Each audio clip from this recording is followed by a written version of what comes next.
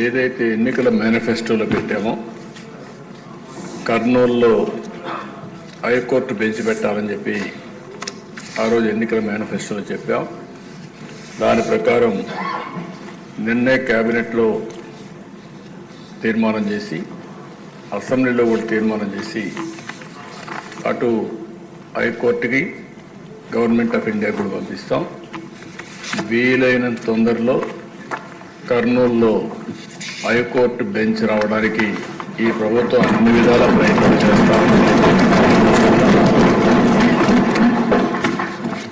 ఇంత మునుపు ఏదైతే అక్కడ లోకాయుక్త కానీ స్టేట్ హ్యూమన్ రైట్స్ కమిషన్ కానీ ఇలాంటి ట్రిబ్యునల్స్ ఏమైనా ఉంటే అవి కూడా అక్కడే ఉంటాయి.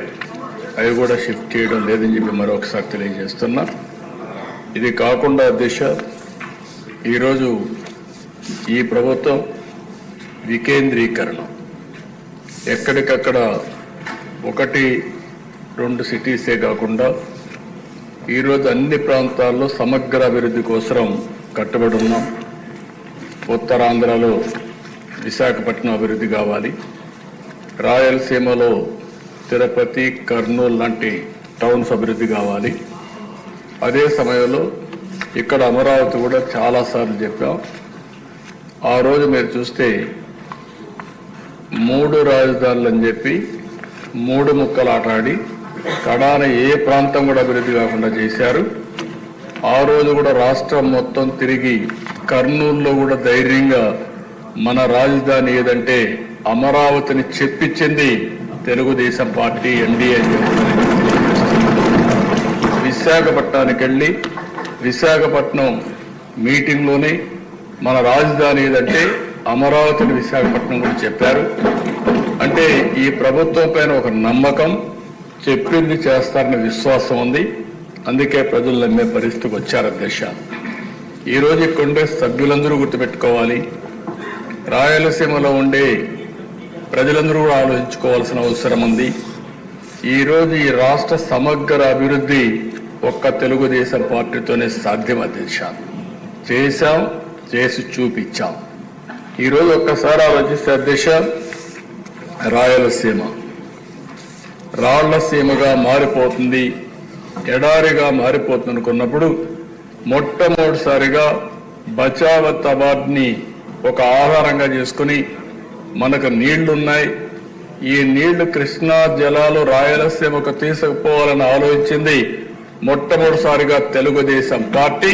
నందమూరి తారక రామారావు గారికి కూడా నేను తెలియజేస్తున్నా. ఆ రోజు ప్రారంభించిన ప్రాజెక్టులు మీరు చూస్తే తెలుగు గంగా, హంద్రి నీవా, నగిరి గాలేరు ఇలాంటి ఆల్ ప్రాజెక్ట్స్ అధ్యక్ష ఈ రోజు అక్కడ జరిగిన అభివృద్ధి అంతా కూడా తెలుగుదేశం పార్టీనే ప్రారంభించాం. తెలుగుదేశం పార్టీని మళ్ళీ పూర్తి చేసే పరిస్థితికి వచ్చాం. ఈ రోజు ఎన్డీఏ కూడా దాన్ని ముందుకు తీసిపోయే పరిస్థితికి వచ్చామని కూడా నేను మీకు తెలియజేస్తున్నా. ఈరోజు ఏదైతే సాగునీటి సమస్య ఉందో దీని సాగునీటి సమస్య మీరు ఒకసారి ఆలోచిస్తే నిన్న కూడా ఈ అసెంబ్లీలో చెప్పాను. నదులు అనుసంధానం చేసి పోలవరం పూర్తి చేసి గోదావరి అటు వంశధార, గోదావరి ఇటు వస్తే పెన్నా, బనక చెర్లకు నీళ్లు తీసుకుపోగలిగితే ఒక గేమ్ చేంజర్ అవుతుందని చెప్పాను. ఒక్క విషయం మీరు చూస్తే అధ్యక్ష, ఆ రోజు ఒక్క కియా మోటార్స్ రావాలంటే దానికోసం రిజర్వాయర్ కట్టాలంటే నీళ్లు కావాలంటే 1 సంవత్సరంలో కట్టి ఈరోజు ఆ రిజర్వాయర్ ద్వారా నీళ్లు ఇచ్చిన తర్వాత కియా మోటార్ వస్తే అనంతపూర్ జిల్లా ముఖ చిత్రమే మారిపోయిందంటే అది తెలుగుదేశం పార్టీ చూపించిన చొరవ అని చెప్పి కూడా నేను తెలియజేస్తున్నా. ఈరోజు రాయలసీమ మొత్తం మనం చూస్తే నీళ్లు ఇవ్వగలిగితే, హార్టికల్చర్ని మనం అభివృద్ధి చేయగలిగితే ఆ ప్రాంతానికి మహర్దశ వస్తుందని చెప్పి కూడా నేను మీకు తెలియజేస్తున్నా. కొన్ని అడ్వాంటేజెస్ ఉన్నాయి అధ్యక్ష. బెంగళూరు ఎయిర్పోర్ట్ అనంతపూర్కి చాలా దగ్గర, హైదరాబాద్ ఎయిర్పోర్ట్ కర్నూలుకి దగ్గర, ఇటు చెన్నై చిత్తూరుకి దగ్గర. ఈ 3 అవకాశాలు ఉపయోగించుకోగలిగితే ఆ ప్రాంతాన్ని బ్రహ్మాండంగా అభివృద్ధి అయ్యే అవకాశం ఉంటుంది. ఇంకో పక్క ఇన్ఫ్రాస్ట్రక్చర్ కూడా మీరు చూస్తే రాయలసీమలో బెస్ట్ రోడ్స్ వచ్చాయంటే నేషనల్ హైవే కానీ స్టేట్ హైవే కానీ అది తెలుగుదేశం పార్టీ హయాంలో వచ్చాయి దశ. అవన్నీ కూడా ఆ రోజు ప్రతిపాదన పెట్టాం, అవన్నీ వచ్చాయి. ఇంకొక పక్క ఓర్వకల్లో ఎయిర్పోర్ట్ కట్టాం. ఇంకొక పక్క మీరు చూస్తే ఈరోజు తిరుపతి ఎయిర్పోర్ట్ ని ఎక్స్పాండ్ చేసి రన్వే పెంచి ఈరోజు ఒక హబ్గా ఇంటర్నేషనల్ ఫ్లైట్స్ కూడా రావడానికి చూసాం. కడప ఎయిర్పోర్ట్ ను కూడా రన్వే ఎక్స్పాండ్ చేసి నైట్ ల్యాండింగ్ ఫెసిలిటీ కూడా పెట్టే పరిస్థితికి వచ్చాం.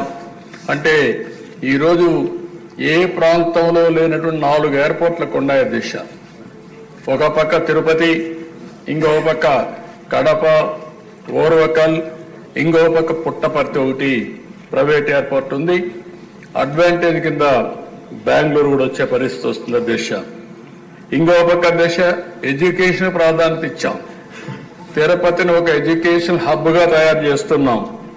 ఐఐటి, ఐజర్, అదే మరిగా కల్నరీ ఇన్స్టిట్యూట్ ఒకటి, త్రిబుల్ ఐటి కర్నూలులో పెట్టాం, ఉర్దూ యూనివర్సిటీ కర్నూలులో పెట్టాం. ఇవి కాకుండా దేశ సెంట్రల్ యూనివర్సిటీ అనంతపూర్లో పెట్టాం. రాయలసీమని ఒక ఎడ్యుకేషన్ హబ్గా తయారు చేయాలని తెలుగుదేశం పార్టీ ముందుకు పోయాం. ఏదైతే ప్రజాగళంలో మిషన్ రాయలసీమ అనౌన్స్ చేశారో దానికి కట్టుబడి ఉండి తప్పకుండా మిషన్ రాయలసీమలో చెప్పిన ప్రతి ఒక్కటి కూడా తెలుగుదేశం పార్టీ ఎన్డీఏ ప్రభుత్వం పూర్తి చేస్తామని చెప్పి కూడా నేను మీకు తెలియజేస్తున్నాను. ఈరోజు అధ్యక్ష, రాయలసీమకి ఏదైతే హార్టికల్చర్ హబ్గా తయారు చేయాలని నీటి సమస్య ఉంది కాబట్టి 90%తో డ్రిప్ ఇరిగేషన్ కు సబ్సిడీ ఇచ్చాం. ఆ 90% ఇస్తే గత ప్రభుత్వం దాన్ని కూడా తీసేసే పరిస్థితికి వచ్చారు. అలాంటి ఏ విషయంలో చూస్తే అధ్యక్ష రాయలసీమకు ఒక్క పని చేసిన దాఖలాలు లేవు. ఇండస్ట్రీ వచ్చిన తిరుపతిలో హార్డ్వేర్ హబ్గా తయారైందని తెలుగుదేశం పార్టీలో వచ్చింది. నిన్ననే మీరు చూస్తే కొప్పర్తి, ఓర్వకల్ 2 ఇండస్ట్రియల్ పార్కుల కోసం గవర్నమెంట్ ఆఫ్ ఇండియా శాంక్షన్ చేస్తే 2 కూడా రాయలసీమలో పెట్టి 5,000 కోట్ల రూపాయల దగ్గర దీనికి శాంక్షన్ చేశాం. అదే మరి ఓర్వకల్లో డ్రోన్ సిటీగా తయారు చేశాం. మ్యానుఫ్యాక్చరింగ్ కానీ, యూస్ కేసెస్ తయారు చేయడం కానీ, సర్టిఫికేషన్ కానీ కేంద్రంగా తయారు చేశాం. అందుకే కర్నూలు టౌన్ ని ఒక మంచి టౌన్ గా తయారు చేయాలనేది తెలుగుదేశం ప్రభుత్వం యొక్క సంకల్పం.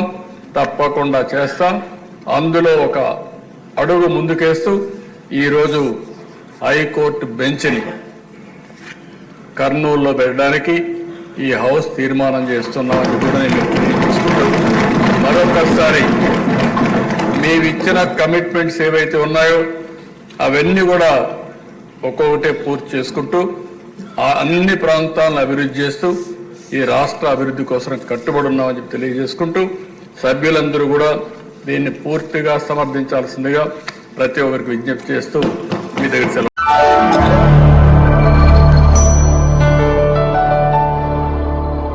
Thank you for watching the video and please subscribe Virat Media. For more updates, click on the bell icon.